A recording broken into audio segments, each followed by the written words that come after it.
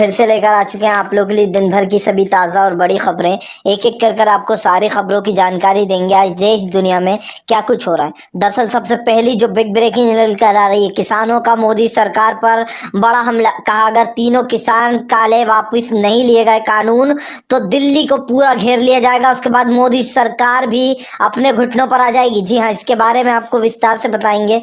वहीं पर दूसरी बिग ब्रेकिंग में हम आपको बताएंगे 50 साल बाद नागपुर से बुरी तरीके से आ रही है बीजेपी की सरकार, जिसको लेकर अब बिल बिला रहे हैं अंधभक्त। इसके बारे में आपको विस्तार से बताएंगे। वहीं पर अगली बिग ब्रेकिंग हम आपको बताएंगे गाजीपुर बॉर्डर पर डटे हुए किसान। जी हाँ, मोदी सरकार पर बड़ा हमला।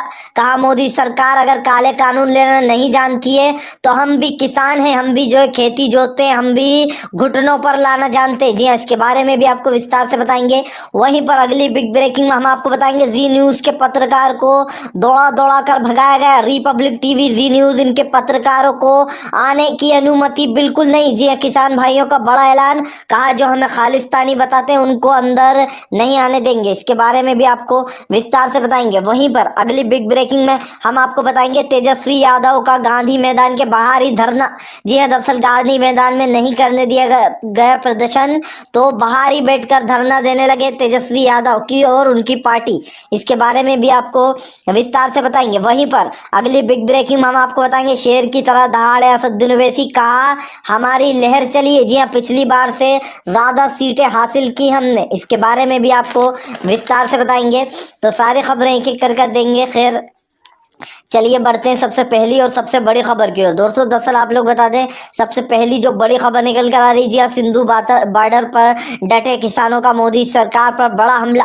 दरअसल आप लोग बता दें किसानों का साफ कहना कि 3 काले बिल के बिना कोई जो है यहाँ पर बात नहीं होगी। अगर बिल में जरा सी बदला बदली की जाती है तो उस पर बात नहीं बनेगी। सबसे पहले तो 3 काले बिल ही वापस लेना होंगे। दरअसल दोस्तों आज भी बैठक चल रही है और बैठक से पहले ही किसानों ने बड़ा हमला बोल दिया मोदी सरकार पर। उनका साफ कहना है कि कोई बात नहीं होगी जब तक के तीनों काले बिल वापस नहीं लिए जाएंगे। आज 5वीं छठी मुलाकात है और ऐसे में किसानों का गुस्सा लगातार जो है चरम सीमा पर जाता जा रहा है। और मोदी सरकार के खिलाफ आप लोग बता दें अब तो ट्रांसपोर्टरों ने भी बड़ा हमला बोल दिया है, जो कि पूरा भारत 8 तारीख के दिन बंद होने वाला है। ऐसे में अर्थव्यवस्था जो है देश की वो और भी ज्यादा बिगड़ने वाली है। खैर चलिए हम बढ़ते हैं और अगली बिग ब्रेकिंग की तरफ।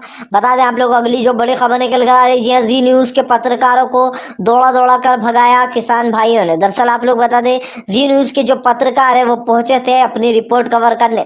ऐसे में आप लोग बता दें जी न्यूज के पत्रकारों को दौड़ा दौड़ा कर भगाया गया। जी हाँ, क्योंकि अगर एक तरीके से देखा जाए तो जो भी वहां पर पत्रकार जा रहे हैं जी न्यूज के, सुधीर चौधरी जो कि लगातार किसान भाइयों को आतंकवादी बता रहा है, खालिस्तानी बता रहा है, उसको लेकर गोदी मीडिया का गुस्सा फूटा और गोदी मीडिया की रिपोर्टर यानी कि जी न्यूज के रिपोर्टर को, एक लड़की थी एक मेल रिपोर्टर थे, उन दोनों को दौड़ा दौड़ा कर भगाया गया। आप फोटो देख सकते हैं। उसके बाद जो यहाँ पर इन दोनों को ही बोला गया कि गोदी मीडिया हाय हाय के तेजी से नारे लगने लगे और कहा हम लोग देश के लिए अनाज उगाते हैं और हमें आज खालिस्तानी बताया जा रहा है। जो भी मोदी का विरोध करता है वो खालिस्तानी हो जाता है, तो फिर देश प्रेमी कौन है। खैर चलिए हम बढ़ते हैं और अगली बिग ब्रेकिंग की तरफ। बता दें आप लोग अगली जो बड़ी खबर निकल कर आ रही है, किसान डटे बॉर्डर पर तो तेजस्वी यादव गांधी मैदान के बाहर ही दे डाला धरना। दरअसल आप लोग बता दें आज आरजेडी ने पहले ही ये ऐलान कर दिया था कि आज वो किसानों के समर्थन में जो है यहाँ पर रैली निकालने वाले हैं और गांधी मैदान के अंदर गांधी जी के सामने ये सब वहां पर धरना दे के बैठने वाले थे, लेकिन आरजेडी को गांधी मैदान के अंदर घुसने नहीं दिया, जिसका वो ये निकला कि तेजस्वी यादव ने बाहर ही धरना देना शुरू हो गया। जी हाँ दोस्तों आप लोग बता दें तेजस्वी यादव का पहले से ही किसानों को फुल समर्थन है। सबसे बड़ी बात यह कि बिहार की सबसे बड़ी पार्टी आरजेडी बन चुकी है, क्योंकि सबसे ज्यादा वोट अगर किसी को मिले थे तो वो आरजेडी थी। हालांकि इन 3 कर आरजेडी को जो थोड़े से वोटों से हरा दिया गया, लेकिन आरजेडी अभी भी बिहार की सबसे बड़ी पार्टी है। सबसे बड़ी बात यह है कि आज तेजस्वी यादव किसानों के साथ खड़े हुए। ये वही मोदी सरकार है जो कि कहती थी कि एक देश एक सब्जी मंडी, और उस नारे को भी तेजस्वी यादव ने दोहराते हुए मोदी सरकार पर अपना हमला बोला। कहा आज किसानों की एमएसपी गायब कर दी गई है, मुंह से कहने से एमएसपी नहीं मिलती है। मोदी सरकार ने मुंह से काफी वादे करे थे, 1 करोड़ नौकरियां देने का वादा किया था, वो आज तक पूरा नहीं हुआ। दोस्तों भले ही यहाँ पर कई जगहों पर ये लोग, ये जो गोदी मीडिया, ये आपको सिर्फ ये बताती है कि हैदराबाद में जैसे कि ज्यादा सीटें मिल गई मान लो बीजेपी को, तो गोदी मीडिया ने तारीफें करना शुरू कर दिया। लेकिन जहां जहां बीजेपी हारी है वो मैं आपको बताऊंगा। और बीजेपी के बारे में एक भी बार किसी ने ये नहीं बताया कि वो 50 साल बाद कैसे उसकी धज्जियां उड़ी है। जी, अगाड़ी पार्टी ने कैसे धज्जियां उड़ाई हैं, इसके बारे में भी फिलहाल बात करेंगे। लेकिन सबसे पहली बात ये कि आज तेजस्वी यादव ने जिस तरीके से किसानों के समर्थन में बाहरी गांधी मैदान के बाहर धरना दिया हुआ है, इसको लेकर सांसें फूल रही है नीतीश की। खैर, चलिए हम बढ़ते हैं एक और अगली बिग ब्रेकिंग की तरफ। बता दें आप लोग को, उत्तर प्रदेश में लव जिहाद के नाम पर फिर से राजनीति तेज।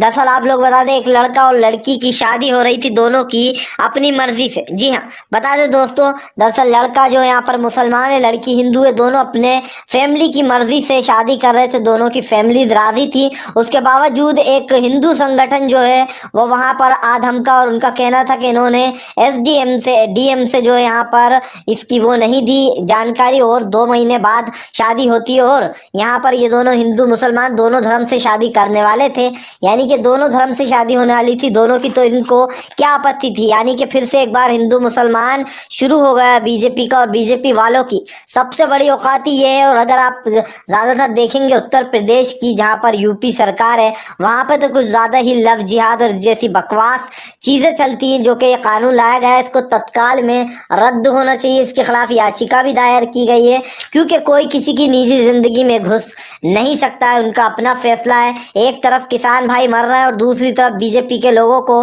लव जिहाद जैसी फालतू चीज की पड़ी है, जबकि ये लव जिहाद जैसी कोई चीज होती ही नहीं है। खैर, चलिए हम बढ़ते एक और अगली बिग ब्रेकिंग की तरफ। बता दें आप लोग को अगली जो बड़ी खबर निकल कर आ रही है, कांग्रेस में जश्न तो बीजेपी में सन्नाटा। दोस्तों, पिछले 50 साल बाद बीजेपी का पत्ता कट गया है नागपुर से। जी हाँ, जहां पर एक तरफ आप लोग बता दें, एक तरफ तो महाराष्ट्र में केवल एक सीट मिली है जो है यहाँ पर फडणवीस को, तो वहीं दूसरी तरफ अगाड़ी पार्टी ने 4 सीटें हासिल की है। सबसे बड़ी बात यह है कि 50 साल बाद नागपुर में भी हार गई बीजेपी की सरकार, वो भी बहुत ही बुरी तरीके से। और वहीं पर बात की जाए तो अखिलेश यादव ने भी अपना झंडा लहरा दिया और अखिलेश यादव के सामने भी बीजेपी हार गई। तो ये जिस तरीके से यहाँ पर बीजेपी की सरकार की जगह जगह हार हुई है, ये एक भी गोदी मीडिया ने आपको नहीं बताया। इसका मेन रीजन यही है कि वो अच्छे से जानते कि अगर बीजेपी की कहीं भी बुराई हुई तो लोगों के दिमाग और दिलों से बीजेपी उतरने लगेगी, और ऐसे में लोगों को बड़ा झटका भी लगेगा। इसीलिए किसी भी आप जाकर देख लीजिए, कोई भी एक गोदी मीडिया ने नहीं चलाया है कि बीजेपी कहां कहां से हारी है। सिर्फ एनडीटीवी ने डाला था ये, और एनडीटीवी के माध्यम से जो है बताया गया था। लेकिन बहुत सारे ऐसे दलाल चैनल है जो कि सिर्फ और सिर्फ हैदराबाद का माहौल बता रहे हैं, जबकि वहां पर भी टीआरएस ही सबसे बड़ी पार्टी है, दूसरे नंबर की माना कि बीजेपी है। लेकिन जिस तरीके से इन्होंने असदुद्दीन ओवैसी को टारगेट किया था और कहा था वोट कटवाएं, अब की बार असदुद्दीन ओवैसी को और भी ज्यादा सीटें मिली है। भले ही बीजेपी सेकंड नंबर पर आई है, लेकिन असदुद्दीन ओवैसी की सीटों में बढ़त हुई है। तो ये बीजेपी को झटका है कि उन्होंने असदुद्दीन ओवैसी की सीटें और बड़ी घटने के वजह। और असदुद्दीन ओवैसी ने इस पर जो यहाँ पर इंटरव्यू भी दिया, उन्होंने कहा हमारी तो आंधी चली है, हमारी पार्टी को तो और भी ज्यादा बहुमत हासिल हुआ। जी हाँ, ज्यादा सपोर्ट मिला है लोगों का। तो इस तरीके से यहाँ पर अगर देखा जाए तो सीमांचल में 5 सीटें हासिल की थी, ऐसे तो बीजेपी को पटक नहीं दे दी थी असदुद्दीन ओवैसी ने।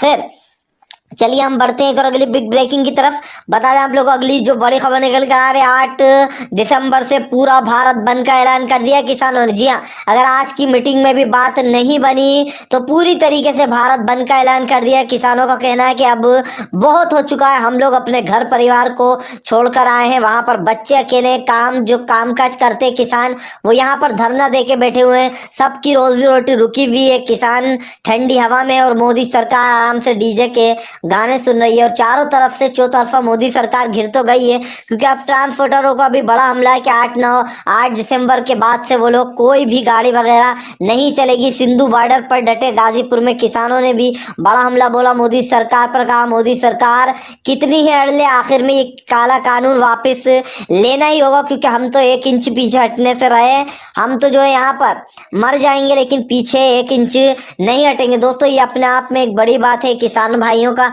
जज्बा है जो कि दिखाई दे रहा है। जिस तरीके से उन्होंने बताया कि वो 1 इंच भी हटने को तैयार नहीं है, यह अपने आप में एक बड़ी बात हो जाती है, क्योंकि किसानों को लेकर हमेशा ही ये बात कही जाती है कि किसान इस देश के लिए अन्न उगाता है, और आज जिसका अन्न मोदी सरकार खा रही है उन्हीं को ठग भी रही है। खैर, चलिए हम बढ़ते हैं एक और अगली बिग ब्रेकिंग की तरफ। बता दें आप लोग, अगली जो बड़ी खबर निकल के आ रही है, राहुल गांधी का मोदी सरकार पर बड़ा हमला।